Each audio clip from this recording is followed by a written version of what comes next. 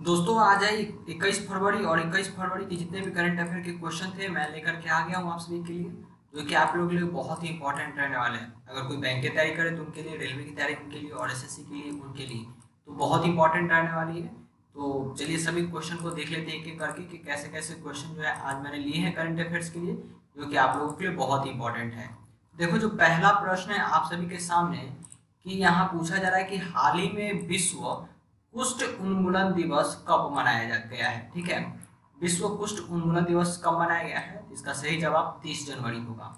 ठीक है, अब देखो ये कुष्ठ दिवस मनाया गया है तो इसके बारे में आपको जानकारी लेनी है कि आखिर ये कुष्ठ दिवस जो है क्यों मनाया जाता है, वो भी हर एक साल 30 जनवरी को। तो मैं बता दूं, जो भी लोग जो कुष्ठ रोगी होते हैं उनके भेदभाव या जो उनके ऊपर लगता है कि वो कलंकित है, तो ये सब दूर करने के लिए ये विश्व कुष्ठ दिवस जो है मनाया जाता है। अगर विश्व कुष्ठ दिवस मनाया गया है तो इसका कुछ न कुछ थीम होगा। ये थीम जो है, इसका नाम, इस थीम का मतलब है भेदभाव और कलंक को दूर करना ही है। ठीक है, तो जिस कारण से ये मनाया जाता है उसी कारण से इसका थीम भी दिया गया है। अब देखो, अगर आपको बताया जा रहा है विश्व कुष्ठ उन्मूलन दिवस 30 जनवरी को, तो जनवरी से संबंधित उन सभी तिथियों को आपको याद रखना होगा, जो कि आप लोगों के लिए बहुत इंपॉर्टेंट है। सबसे पहले बात करते हैं 1 जनवरी। 1 जनवरी को आपको मनाया जाता है डीआरडीओ दिवस। कौन सा? डीआरडीओ दिवस मनाया जाता है। ठीक है, उसके बाद आपको फिर 4 जनवरी को आता है। 4 जनवरी को विश्व हिंदी दिवस के, सॉरी, विश्व रेल दिवस के रूप में मनाया जाता है। 10 फरवरी को आपको मनाया जाता है विश्व हिंदी दिवस के रूप में मनाया जाता है। ठीक है, विश्व हिंदी दिवस के रूप में, यहाँ थोड़ा सा रुकने की बात है, विश्व हिंदी दिवस और राष्ट्रीय हिंदी दिवस में अंतर है। विश्व हिंदी दिवस जो है आपके 10 जनवरी को मनाया जाता है, वहीं अगर राष्ट्रीय हिंदी दिवस की बात करें तो आपकी 14 सितंबर को हर एक साल मनाया जाता है। ठीक है, तो इसे थोड़ा ध्यान दीजिएगा। उसके बाद फ्रेंड्स आप सभी का आता है 12 जनवरी। 12 जनवरी को क्या? विश्व युवा दिवस। फिर आती है बारी 15 जनवरी। 15 जनवरी को विश्व आर्मी डे। ठीक है, फिर आती है आप सभी का 24 जनवरी। 24 जनवरी को आती है राष्ट्रीय बाल बालिका दिवस। राष्ट्रीय बालिका दिवस के रूप में मनाया जाता है। ठीक है, और एक और आती है अंतर्राष्ट्रीय बालिका दिवस। तो अंतर्राष्ट्रीय बालिका दिवस जो है आप सभी का 11 अक्टूबर को मनाया जाता है हर एक साल। ठीक है, अब देखो, अब ये 24 जनवरी को एक और मनाया जाता है, इस दिन एक और दिवस मनाया जाता है, अंतर्राष्ट्रीय शिक्षा दिवस के रूप में जो है आपको 24 जनवरी को मनाया जाता है। और फिर आती है 25 जनवरी। 25 जनवरी को आप सभी को क्या मनाया जाता है? तो आपको नेशनल वोटर डे मनाया जाता है। ठीक है, जैसे कि इलेक्शन है तो इसी के आधार पर नेशनल वोटर डे भी आप सभी को 25 जनवरी को मनाया जाता है। और 28 जनवरी की बात करते हैं तो नरसंहार दिवस के रूप में इसे जो है मनाया जाता है 28 जनवरी को। ठीक है, तो जितने भी दिवस थे आप सभी के साथ मैंने शेयर किया है। ठीक है, तो ये बहुत ही इंपॉर्टेंट है। अब देखो, अगला प्रश्न आता है आप सभी के सामने, हाल ही में सीपीआरआई क्षेत्रीय प्रशिक्षण प्रयोगशाला की आधारशिला कहाँ रखी गई है। दोस्तों आप लोगों से इतना रिक्वेस्ट करना चाहते हैं कि ज्यादा से ज्यादा लाइक कर दीजिएगा। ठीक है, और अपने दोस्तों के साथ शेयर कर दीजिएगा उन ग्रुप्स में जो कि आपके स्टडी से रिलेटेड हो। ठीक है, और ज्यादा इधर उधर के चक्कर में नहीं रहना है कि कौन से ग्रुप में आप शेयर कर लो, तो वैसे ग्रुप में नहीं शेयर करना जो कि आपके स्टडी से रिलेटेड नहीं हो। ठीक है, देखो इसका ऑप्शन जो है A Pune, B Nashik, C Mumbai and D इनमें से कोई नहीं। तो सीपीआई क्षेत्रीय प्रशिक्षण प्रयोगशाला जो है आपके नासिक में इसका आधारशिला जो रखा गया है। देखो, बात आती है सीपीआरआई। दोस्तों सबसे पहले बात करते हैं सीपीआरआई आखिर क्या होता है। सीपीआरआई के बारे में बात करें, इसके फुल फॉर्म के बारे में, तो C for central, P for power, R for research और आई फॉर, ठीक है, institute. Central power institute of research क्षेत्रीय प्रशिक्षण प्रयोगशाला के आधारशिला कहाँ रखा गया है? नासिक में। अब देखो, ये पावर यानी ऊर्जा से संबंधित ये आपका सीपीआरआई है, तो आपको ऊर्जा मंत्री के बारे में जानना जरूरी है कि आखिर अभी वर्तमान में हमारे ऊर्जा मंत्री कौन है।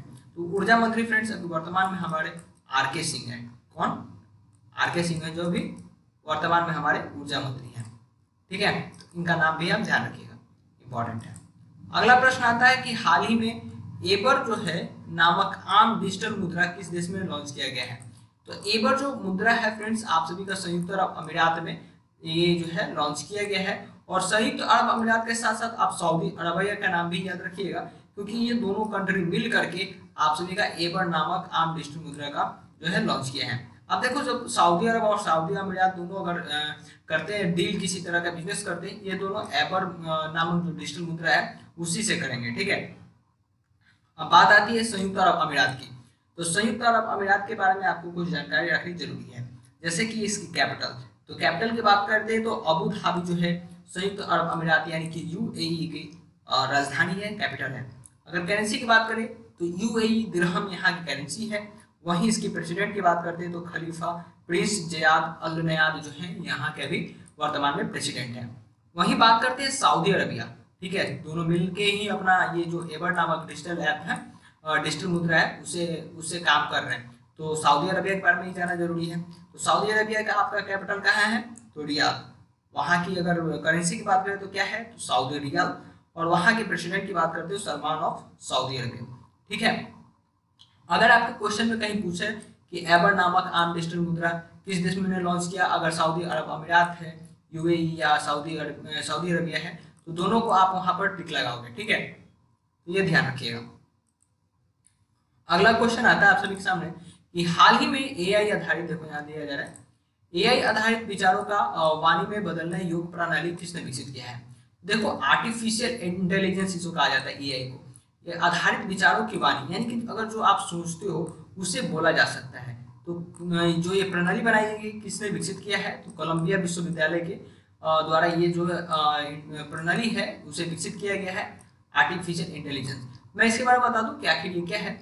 अगर आप जो चीज़ सोचते हो, ठीक है, जो आप थिंक करते हो, किसी चीज़ के बारे में सोचते हो, ये आर्टिफिशियल इंटेलिजेंस के द्वारा ये वाणी में उसको कन्वर्ट कर देगा, यानी कि वो बोलने लगेगा अगर आप जो सोचते हो, ठीक है। तो सोशल टेक्नोलॉजी कितना आगे बढ़ गया है। बात आती है अगला प्रश्न जो कहा जा रहा है कि हाल ही में विश्व का सबसे बड़ा साइक्लोथॉन का समापन कहाँ हुआ है। अब देखो विश्व का सबसे बड़ा साइक्लोथॉन के बारे में बात हो रहा है, ठीक है, तो ये आपके दिल्ली में हुआ है, बहुत इंपॉर्टेंट है। और सबसे ज्यादा इंपॉर्टेंट है कि ये हमारे इंडिया में हुआ है, ठीक है। तो देखो इस साइक्लोथॉन का नाम क्या था, तो इस साइक्लोथॉन का जो नाम था स्वच्छ भारत यात्रा इसका था। और इसके थीम के बारे में जान लेते, क्योंकि थीम भी अक्सर पूछे जाते हैं कि थीम क्या थी। तो it safe, it healthy and it fortify जो है बिल्कुल इसका थीम था, ठीक है। तो इसे आप बहुत ही ख्याल रखिएगा, ये भी बहुत ही इंपॉर्टेंट प्रश्न आप लोग बनते हैं। इसके थीम तो इतना इंपॉर्टेंट नहीं बनता, लेकिन जो विश्व के सबसे बड़ा साइक्लोथॉन हुआ है, दिल्ली में हुआ है, समापन हुआ है, ये इंपॉर्टेंट ज्यादा है, ठीक है। अब देखो अगला प्रश्न आता है यहाँ पर, हाल ही में किसे कॉर्नेट नामक पुरस्कार से सम्मानित किया गया है। देखो कॉर्नेट नामक पुरस्कार से किसे सम्मानित किया गया है, हमारे पीयूष गोयल को सम्मानित किया गया। आपके दिमाग में आ रहा होगा कि आखिर ये कॉर्नेट पुरस्कार क्यों दिया जाता है। मैं बता दूं, कॉर्नेट पुरस्कार जो है ऊर्जा के क्षेत्र में एक विशिष्ट योगदान देने के लिए आपको कॉर्नेट का जो है पुरस्कार नामक दिया जाता है, ठीक है। अब देखो पीयूष गोयल अभी वर्तमान हमारे क्या है, तो रेल मंत्री हैं, और इनके पास एक और मंत्रालय जिसका कार्यभार ये संभालते हैं, कोयला मंत्री का, ठीक है। तो ये चीज आप याद रखिएगा। अगला प्रश्न आता है कि हाल ही में किस उच्च न्यायालय ने दवाइयों की ऑनलाइन बिक्री की अनुमति दी है, ठीक है। इसे मद्रास हाईकोर्ट ने अनुमति दी है।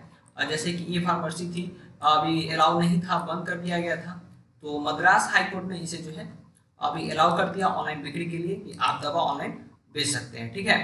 अब देखो अगला क्वेश्चन आता है आप सभी के सामने कि हाल ही में नोएडा में एनएमआई के नए परिसर का उद्घाटन किसने किया है। तो नोएडा में एनएमआई के नए परिसर का उद्घाटन जो है आपके प्रकाश जावड़ेकर ने किया है, ठीक है। किसने किया था, प्रकाश जावड़ेकर ने किया है।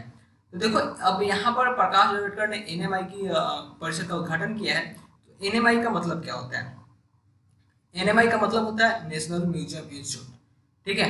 एनएमआई का मतलब क्या होता है, नेशनल म्यूजियम इंस्टीट्यूट। देख लेते हैं नेक्स्ट क्वेश्चन। नेक्स्ट क्वेश्चन है, हाल ही में किस बैंक ने पूर्व MD and CEO Chanda Kochhar को बर्खास्त किया है। तो फ्रेंड्स ये आईसीआईसीआई बैंक जो थे, उन्होंने अपने पूर्व MD and CEO Chanda Kochhar को बर्खास्त कर दिया है। अब देखो अक्सर ये प्रश्न पूछे जाते हैं सभी कैंडिडेट के साथ कि आईसीआईसीआई बैंक का फुल फॉर्म क्या होता है। तो मैंने अक्सर बताया आप सभी को कि आईसीआईसीआई बैंक का फुल फॉर्म जो होता है वो होता है industrial credit and investment corporation of India, ठीक है। तो ये बहुत इंपॉर्टेंट है। अब देखो आईसीआईसीआई बैंक के बारे में बात हो रही है, इसके एस्टेब्लिशमेंट भी आपको जानना जरूरी है। इसके एस्टेब्लिशमेंट की बात करें तो 1994 में इसकी एस्टेब्लिशमेंट की गई थी। इसके हेडक्वार्टर की बात करें तो आपकी मुंबई इसकी हेडक्वार्टर है। चेयरमैन की बात करते हो, इसके चेयरमैन जो है गिरीश चंद्रा इसके चेयरमैन हैं। और सीईओ की बात करते हैं तो संदीप बख्शी जो है इसके सीईओ हैं, ठीक है। तो आईसीआईसीआई बैंक से संबंधित इतने फैक्ट्स आपको याद रखने होंगे जो कि इंपॉर्टेंट है। अब देखो अगला प्रश्न आता है कि हाल ही में एयर इंडिया, यहाँ पूछा जा रहा है हाल ही में एयर इंडिया ने पवित्र शहर नजफ के लिए कहाँ से उड़ान शुरू करने की घोषणा की है। तो एयर इंडिया ने पवित्र शहर नजफ, जो कि कहाँ पड़ता है आप सभी का, इराक का एक शहर है नजफ, जो कि शियाओं के, जो शिया मुसलमान होते हैं उनके लिए बहुत ही पवित्र स्थल माना जाता है। इसे जो है नई दिल्ली से उस उड़ान को शुरू किया गया है। ठीक है, बहुत ही अच्छी पहल है। और अगला क्वेश्चन आता है यहाँ पर। अगला प्रश्न है कि हाल ही में एनसीसी के नए महानिदेशक कौन नियुक्त हुए हैं। ठीक है, एनसीसी के महानिर्देशक के रूप में किसे नियुक्त किया गया है, तो राजीव चोपड़ा, इन्हें जो है लेफ्टिनेंट जनरल जो थे राजीव चोपड़ा को एनसीसी के महानिदेशक के रूप में नियुक्त किया गया है। अब देखो बात आती है एनसीसी के बारे में आपको कुछ फैक्ट्स पता होने चाहिए कि आखिर एनसीसी की फुल फॉर्म क्या होती है और इसकी एस्टेब्लिशमेंट कब हुई थी और इसकी थीम क्या होती है या मोटो क्या होती है। तो एनसीसी के जो फुल फॉर्म होती है, सबसे पहले मैं बता दूं, नेशनल कैडेट कॉर्प्स इसकी जो फुल फॉर्म होती है। ठीक है, अब इसकी एस्टेब्लिशमेंट जो थी फ्रेंड्स आपको 1948 ईस्वी में हुआ था। कब हुआ था, 1948 ईस्वी में जो है इसकी एस्टेब्लिशमेंट हो गई थी। उसके बाद बात करते हैं इसकी मोटो क्या होती है। यूनिटी एंड डिसिप्लिन जो होती है इसकी मोटो होती है। ठीक है,